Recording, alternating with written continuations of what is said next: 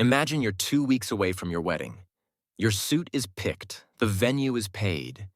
Your Google Calendar literally says happiest day of my life. And then your phone lights up with a name you swore you'd never see again. I need to see you one last time. Everything isn't what you think. Yeah, welcome to Jasper's life. This is the story of how his fiancée once cried, "I never wanted to marry you. I've always wanted him." How she tried to come back 6 years later, and the brutal lessons he learned that might save your heart, your sanity, and your bank account. Stick around till the end because I want your verdict on whether he went too far or not nearly far enough. Let's roll it back. Jasper, mid-20s at the time, is engaged to Ellie. 4-year relationship, Pinterest board wedding, families flying in. Life is good. The night before the ceremony, he realizes he forgot the backup wedding band at the apartment he shares with Ellie. No big deal, right? Quick trip, grab the ring, back to the hotel. He unlocks the door. Lights are on. He hears her laugh from down the hall. Not the normal laugh. The private one. The "this is just for you" laugh. Except this time, it's not for him. He opens the bedroom door and finds his fiancée in their bed with his half-brother Victor. Not a drunk mistake. Not a "we tripped and fell into each other." Wine glasses on the nightstand. Phones tossed aside. That comfortable, "we've done this before" vibe. And Jasper just freezes. No screaming, no throwing things, just the kind of silence that makes other people panic. Victor starts babbling excuses. Ellie starts crying, saying his name over and over. Then she drops the line that becomes the title of his whole trauma. "I'm sorry, but I never wanted to marry you. I wanted him. I've always wanted him." Wedding tomorrow, guests on planes, suit hanging up, and she admits he was never meant to be the groom. Lesson 1. If someone can say that to your face, you don't need more context. You already have all the information you will ever need.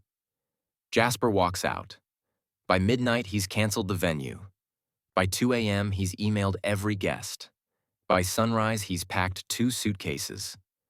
By what should have been "I do" time, he's 3 hours down the highway to a new city, moving in with a college buddy who's been begging him to help start a software company. No dramatic closure, no goodbye conversation, just block, vanish, rebuild. And here's the wild part. The rebuild works. He throws himself into the startup. Construction management software. Very sexy. If you're into spreadsheets and stress. First year, pure survival mode. 18-hour days so he doesn't have to think. Second year, the product actually starts solving problems. Third year, they hit a fastest growing companies list. Fourth year, he buys out his partner and opens multiple offices. Somewhere in that grind, Ellie and Victor fade from active nightmare to background glitch. Then Julia walks in. Corporate lawyer, sharp, prepared, wipes the floor with him in a contract negotiation. He's like, "Wow, I just got destroyed." "You free for dinner?" She's like, "Absolutely not." He asks again 2 weeks later. Still, no. Third time, she says yes. Later, she tells him she only agreed because he was appropriately persistent without being creepy. Which is lawyer talk for "you passed the vibe check." 2 years later, they're solid. She knows the whole story. She's seen the quiet anniversaries, the random bad days, the "I'm fine" that actually means he's not.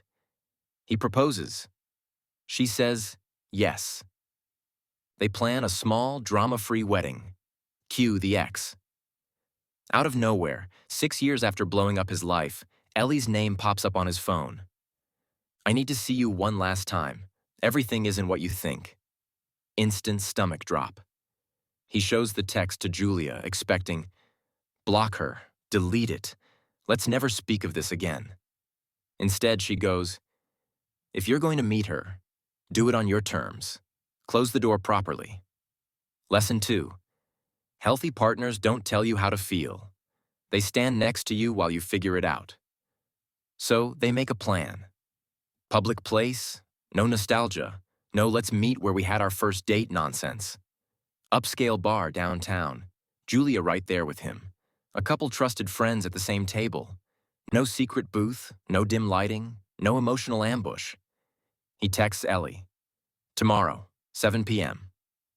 Edison Lounge. Come alone. Next night, Jasper and Julia get there early. She's in a charcoal suit, hair pinned back, looking like she bills $700 an hour and could sue your soul out of your body. They take a corner booth with a clear view of the entrance. 7:03 p.m. Ellie walks in. She looks smaller, not the polished, confident version he remembers. No ring, no designer labels, eyes tired, nervous energy everywhere. She spots the table, spots Julia, spots the friends. The color drains from her face.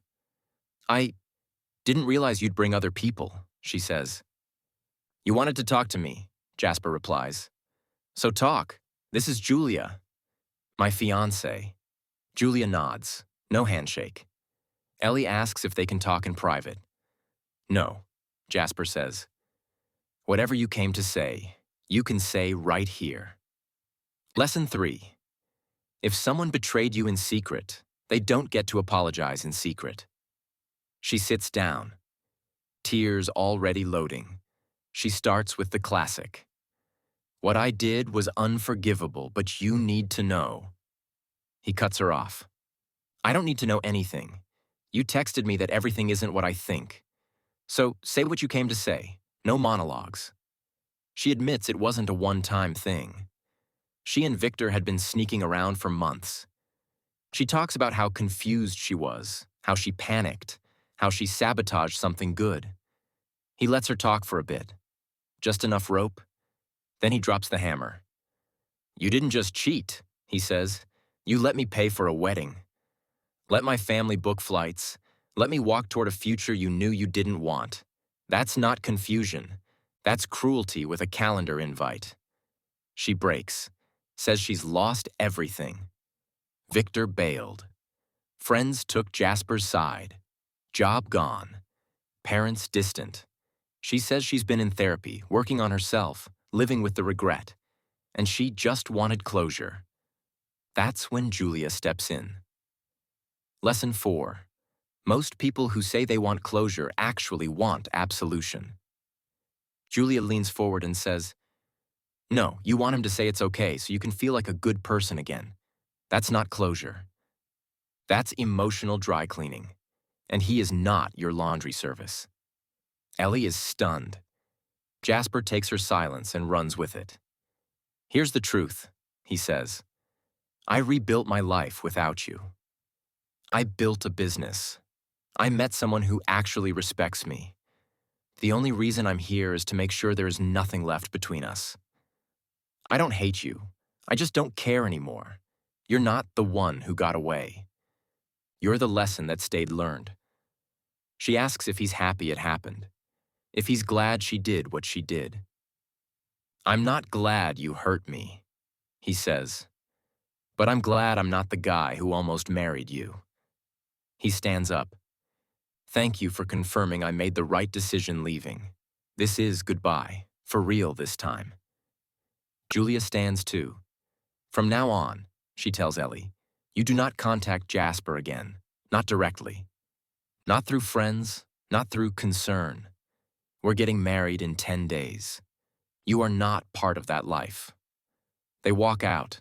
No hug, no take care. Nothing. Just a clean exit. Lesson 5. You don't owe your past a soft landing just because it's crying. Now, you'd think that'd be the end, but of course not. This is full-on story mode drama. 2 days later, Jasper's dad calls. Important detail. Dad took Victor's side back then. Boys will be boys. Don't throw away family over a mistake. They've barely spoken in 6 years. Dad says Victor wants to make things right, so the whole family can be at the wedding. Jasper literally laughs. You're calling me to run PR for the guy who slept with my fiancée the night before my wedding? Dad does the disappointed sigh. Says it was a long time ago, people make mistakes. Jasper needs to be the bigger man. So Jasper finally says what needed to be said. He stopped being family when he chose her over me. And you stopped being a father when you chose him over me. You're not invited to this wedding. Don't call me again about Victor. Click. Lesson 6. Sometimes protecting the family actually means protecting the dysfunction. It gets worse. Ellie tracks down Jasper's best friend at work and tries to convince him Jasper is rushing into marriage and hasn't processed his trauma. Translation. If I can't have him, maybe I can sabotage his next wedding too. Friend kicks her out and immediately calls Jasper like, "Hey man, your past just walked into my lobby with a side of audacity." Julia hears this and doesn't even hesitate. She drafts a cease and desist. Has it delivered to Ellie? Any further contact with Jasper, his fiancée, or their friends will be treated as harassment and handled legally. No warning shots, just paperwork. Lesson 7. Kind people will over-explain their boundaries. Healthy partners sometimes need to hit send for them.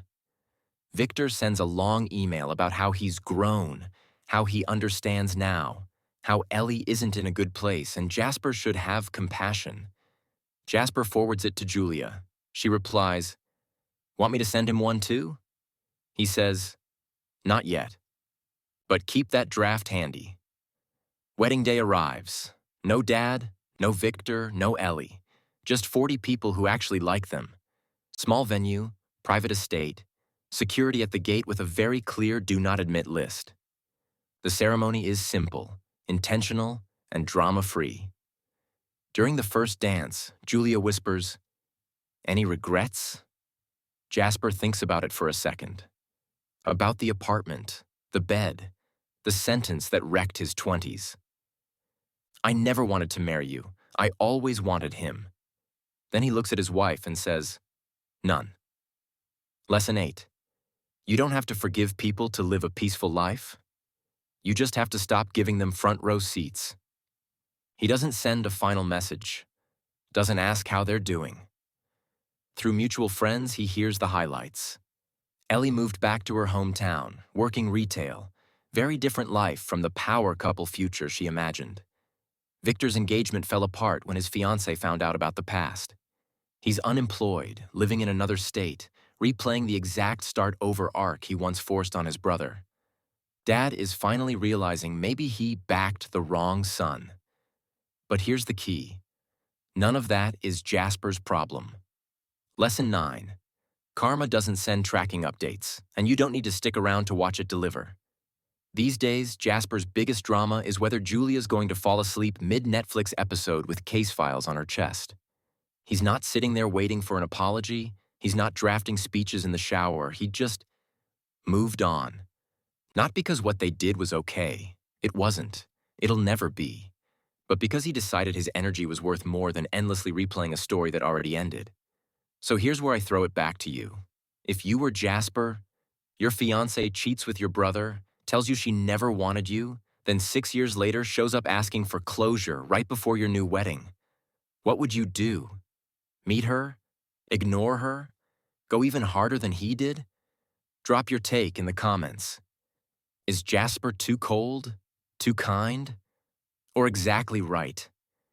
And if you love these wild, real-life stories about relationships, betrayal, and glow-ups with a side of dark humor, hit like, smash subscribe, and turn on notifications.